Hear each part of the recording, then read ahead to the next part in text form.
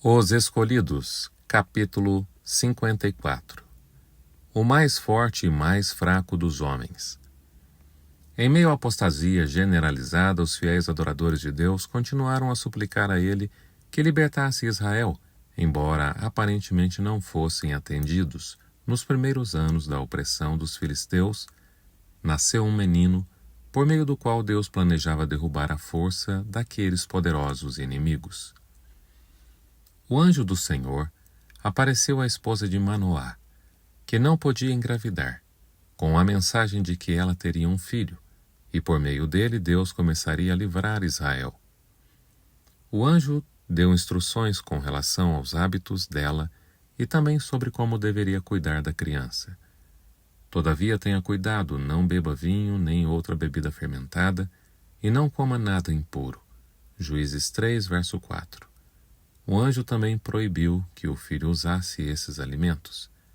Disse ainda que o cabelo do menino não deveria ser cortado, pois o filho seria consagrado a Deus como nazireu desde o nascimento. A importância da instrução pré-natal. Com medo de cometer algum erro, o marido orou: Senhor, eu te imploro que o homem de Deus que enviaste volte para nos instruir sobre o que fazer com o menino que vai nascer. Juízes 13, versículo 8. Quando o anjo apareceu novamente, Manoá perguntou: Como devemos criar o menino? O que ele deverá fazer? Juízes 13, versículo 12. As instruções anteriores foram repetidas. Sua mulher terá que seguir tudo que eu lhe ordenei. Terá que obedecer a tudo que lhe ordenei. Juízes 13, versos 13 e 14. Para garantir que o filho prometido estivesse preparado para essa importante obra, os hábitos da mãe e do filho necessitavam de regras que deveriam ser seguidas com cuidado. Os hábitos da mãe influenciam o filho para o bem ou para o mal. A mãe deve ser controlada por princípios, praticar a temperança e a renúncia de si mesma se deseja que o filho se desenvolva da melhor forma. Conselheiros descuidados talvez digam que a mãe deve satisfazer todos os seus desejos e vontades, mas, por ordem de Deus, a mãe tem a solene obrigação de exercer o domínio próprio. Os pais, assim como as mães, partilham dessa responsabilidade. Se os pais são intemperantes, muitas vezes os filhos têm falta de força física e de capacidade mental e moral. Os alcoólatras e fumantes podem transmitir a tendência para o vício, as impurezas do sangue e doenças nervosas para os filhos. Aqueles que não controlam seus instintos muitas vezes deixam aos filhos como herança seus desejos impuros e doenças transmissíveis pelos maus hábitos que cultivaram. Cada geração tem a tendência de se degenerar mais e mais. Os pais são grandemente responsáveis pelas enfermidades de milhares que nascem mudos, cegos, doentes ou com problemas mentais. Muitos dão pouca importância à influência pré-natal, mas a instrução enviada do céu àqueles pais hebreus revela como esse assunto é considerado por nosso Criador. Os pais que desejam deixar uma boa herança aos filhos devem ter cuidadosa disciplina e formar hábitos corretos. As instruções dadas por Deus eram de que o futuro juiz e libertador de Israel jamais deveria, mesmo na idade adulta, usar vinho ou bebida forte. As lições de temperança, renúncia e domínio próprio devem ser ensinadas desde a primeira infância. Alimentos limpos e imundos. A distinção entre alimentos limpos e imundos se baseava em princípios de saúde. Em grande parte, a vitalidade impressionante que caracterizou o povo judeu por milhares de anos se deve à observância desses princípios. Alimentos estimulantes e de difícil digestão prejudicam a saúde e, em muitos casos, levam ao alcoolismo. A verdadeira temperança nos ensina a dispensar todas as coisas nocivas e a usar com sabedoria aquilo que é saudável. Poucos se conscientizam do quanto seus hábitos alimentares influenciam sua saúde, seu caráter, sua utilidade enquanto vivem neste mundo e seu futuro eterno. O corpo deve ser servo da mente e não o inverso. A força de sanção e a fidelidade de Deus. Quando chegou a hora, A promessa divina feita a Manoá se cumpriu com o nascimento de Sansão. À medida que o menino crescia, todos viam que ele tinha uma força física fora do comum. Conforme Sansão e seus pais bem sabiam, ele não era forte assim por causa de sua forma física, mas sim por ser nazireu, cujo símbolo era o cabelo comprido, sem nunca ter sido cortado. Se Sansão tivesse obedecido às orientações divinas, sua história teria sido mais nobre e mais feliz.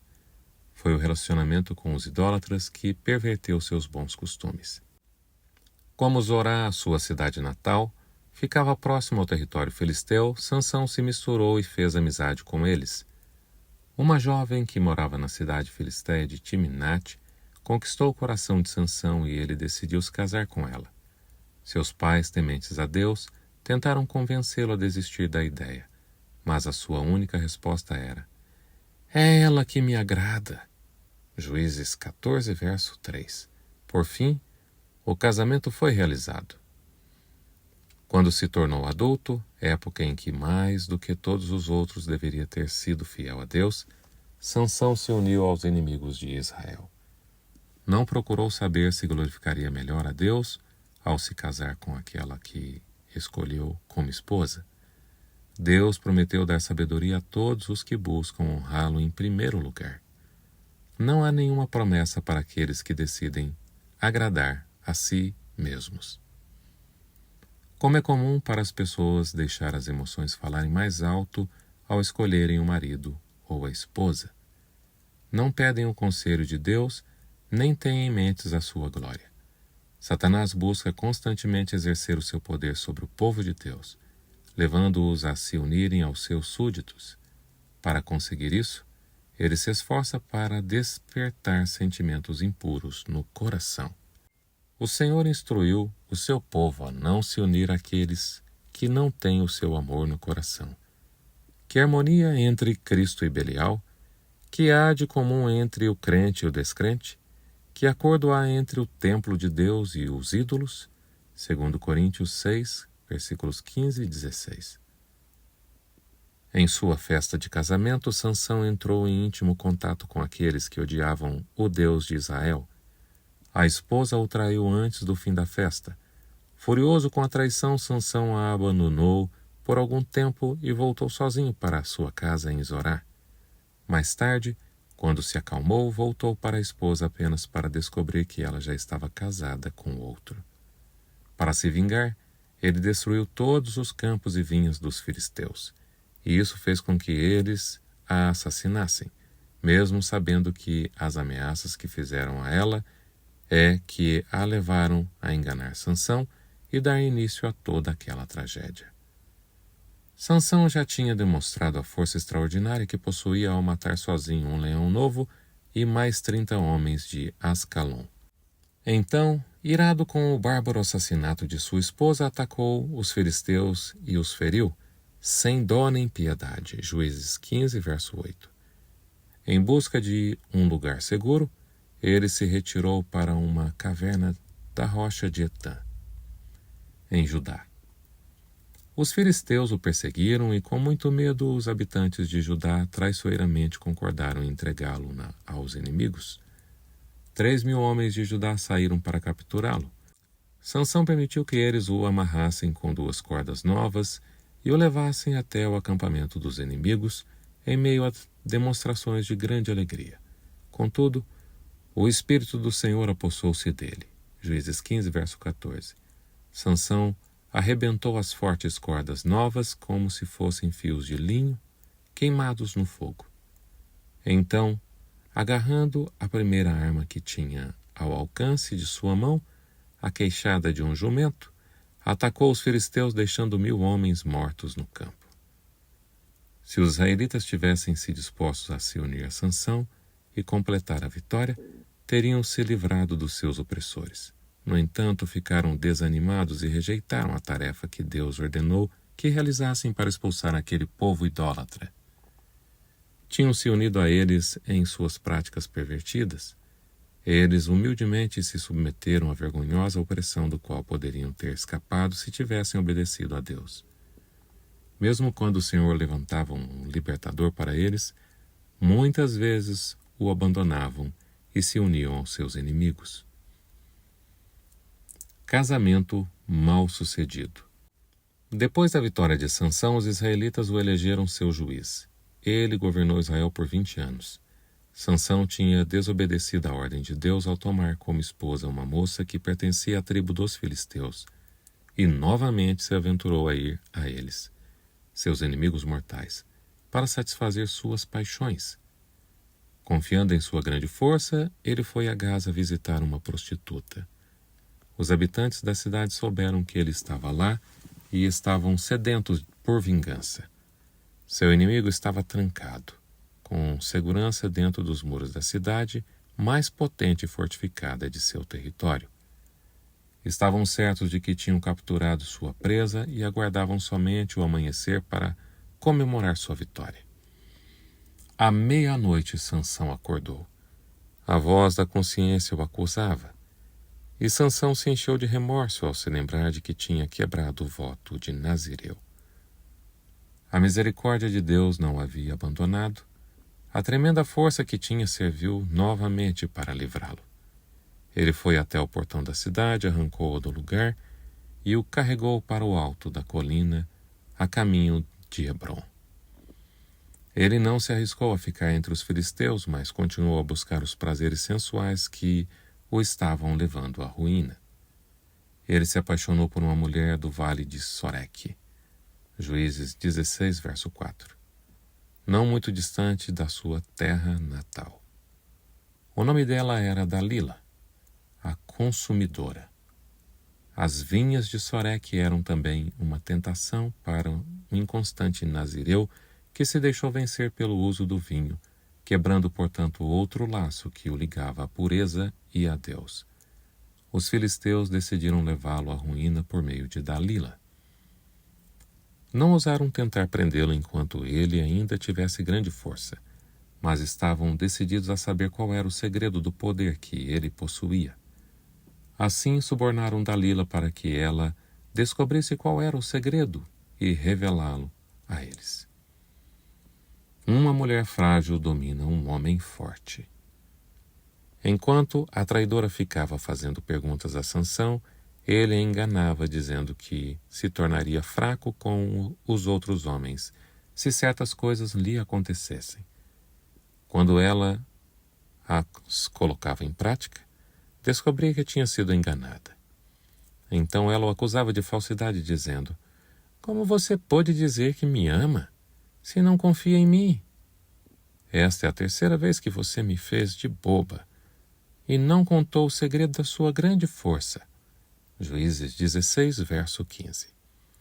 Por 3 vezes Sansão teve a mais clara prova de que os filisteus tramavam com aquela que tanto o atraía para destruí-lo, mas ele tratava o caso com brincadeira e cegamente deixava de lado seus temores. Dia após dia, um poder que ele não conseguia dominar o mantinha ao lado de Dalila. Finalmente ela o venceu e Sansão contou o segredo. "Jamais se passou navalha em minha cabeça", disse ele, "pois sou nazireu desde o ventre materno. Se fosse rapado o cabelo da minha cabeça, a minha força se afastaria de mim e eu ficaria tão fraco quanto qualquer outro homem." Juízes 16, verso 17. Sem perder tempo, Dalila enviou um mensageiro aos chefes dos filisteus, insistindo com eles para que viessem sem demora. Enquanto o guerreiro dormia, os filisteus cortaram suas pesadas tranças. Então Dalila o chamou. "Sansão, os filisteus estão atacando." Juízes 16, verso 20. Ele despertou de repente e achou que poderia usar sua força como antes, mas seus braços sem força se recusaram a lhe obedecer. Ele não sabia que o Senhor o tinha deixado. Juízes 16, verso 20. Dalila começou a importuná-lo e a causar dor nele para provar se ainda tinha força, pois os filisteus não se atreveram a se aproximar dele, até se convencerem totalmente de que seu poder tinha desaparecido. Então eles agarraram Sansão, furaram seus olhos e o levaram para Gaza. Ali ele foi preso com correntes e obrigado a fazer trabalhos forçados. Que mudança! Fraco, cego, preso, humilhado e condenado a realizar o trabalho mais humilhante. Deus teve muita paciência com ele, mas depois de ir tão longe no pecado a ponto de revelar seu segredo, o Senhor se afastou de Sansão. Não havia poder especial em seu cabelo comprido, mas aquele era um sinal de lealdade para com Deus. Quando desprezou esse símbolo e o trocou pela satisfação das paixões, as bênçãos representadas por ele foram retiradas por Deus. No sofrimento e na humilhação, servindo de motivo de gozação para os filisteus, Sansão aprendeu mais sobre sua fraqueza do que jamais soubera antes. As aflições pelas quais passou o levaram ao arrependimento. À medida que seu cabelo crescia, pouco a pouco sua força também voltava. Seus inimigos, vendo-o como um prisioneiro, acorrentado e indefeso, não o consideravam mais uma ameaça. Trágica vitória. Os filisteus, cheios de orgulho, desafiavam o Deus de Israel. Para comemorar a vitória, foi marcada uma festa em homenagem ao deus Dagom, o deus peixe. Multidões de adoradores filisteus encheram um grande templo e se aglomeraram nas galerias próximas ao teto. O cenário era de grande celebração e alegria. Então, como troféu de coroação do poder do deus Dagom, Sansão foi levado para o templo. O povo e os governantes zombaram de seu estado deplorável e adoraram o Deus que havia derrotado o devastador de sua terra. Depois de algum tempo, como se estivesse cansado, Sansão pediu permissão para descansar junto às duas colunas centrais que sustentavam o teto do templo. Em silêncio, ele então orou a Deus: Ó soberano Senhor, lembra-te de mim, ó Deus. Eu te suplico, dá-me forças mais uma vez e faze com que eu me vingue dos filisteus. Juízes 16, verso 28. Com essas palavras ele abraçou as duas colunas com seus braços fortes e exclamou: Que eu morra com os filisteus! Então ele se curvou e o teto desabou, destruindo de uma só vez toda aquela grande multidão. Assim, na sua morte, Sansão matou mais homens do que em toda a sua vida. Juízes 13, verso 30. O ídolo e seus adoradores, sacerdotes e camponeses, guerreiros e nobres, foram todos sepultados sob as ruínas do templo de Dagom.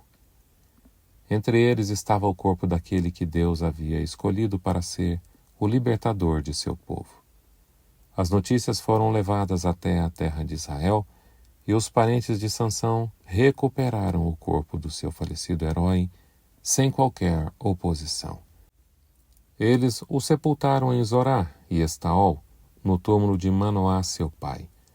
Juízes 16, verso 31. Como é triste e terrível o registro de uma vida que poderia ter sido inteiramente de louvor a Deus e glória para a nação.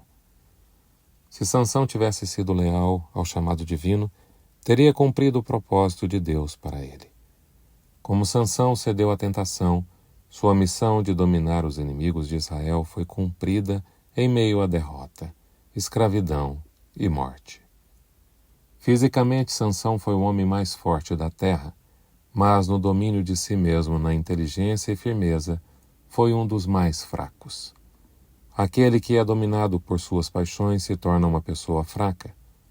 A verdadeira grandeza é medida pela força dos sentimentos que dominamos e não por aqueles que nos dominam. Aqueles que são provados enquanto cumprem seu dever podem estar certos de que Deus os guardará. Mas, quando se colocarem sob o poder da tentação de forma voluntária, mais cedo ou mais tarde eles certamente cairão. Satanás ataca os nossos pontos fracos e trabalha com os nossos defeitos de caráter para conseguir dominar toda a nossa vida. Ele sabe que se esses defeitos forem nutridos, será bem-sucedido. Apesar disso, ninguém precisa se dar por vencido. Todo aquele que realmente desejar receber auxílio, anjos de Deus que sobem e descem pela escada que Jacó viu em visão, ajudarão todos os que escolherem subir até mesmo ao mais alto céu. O fim do capítulo 54.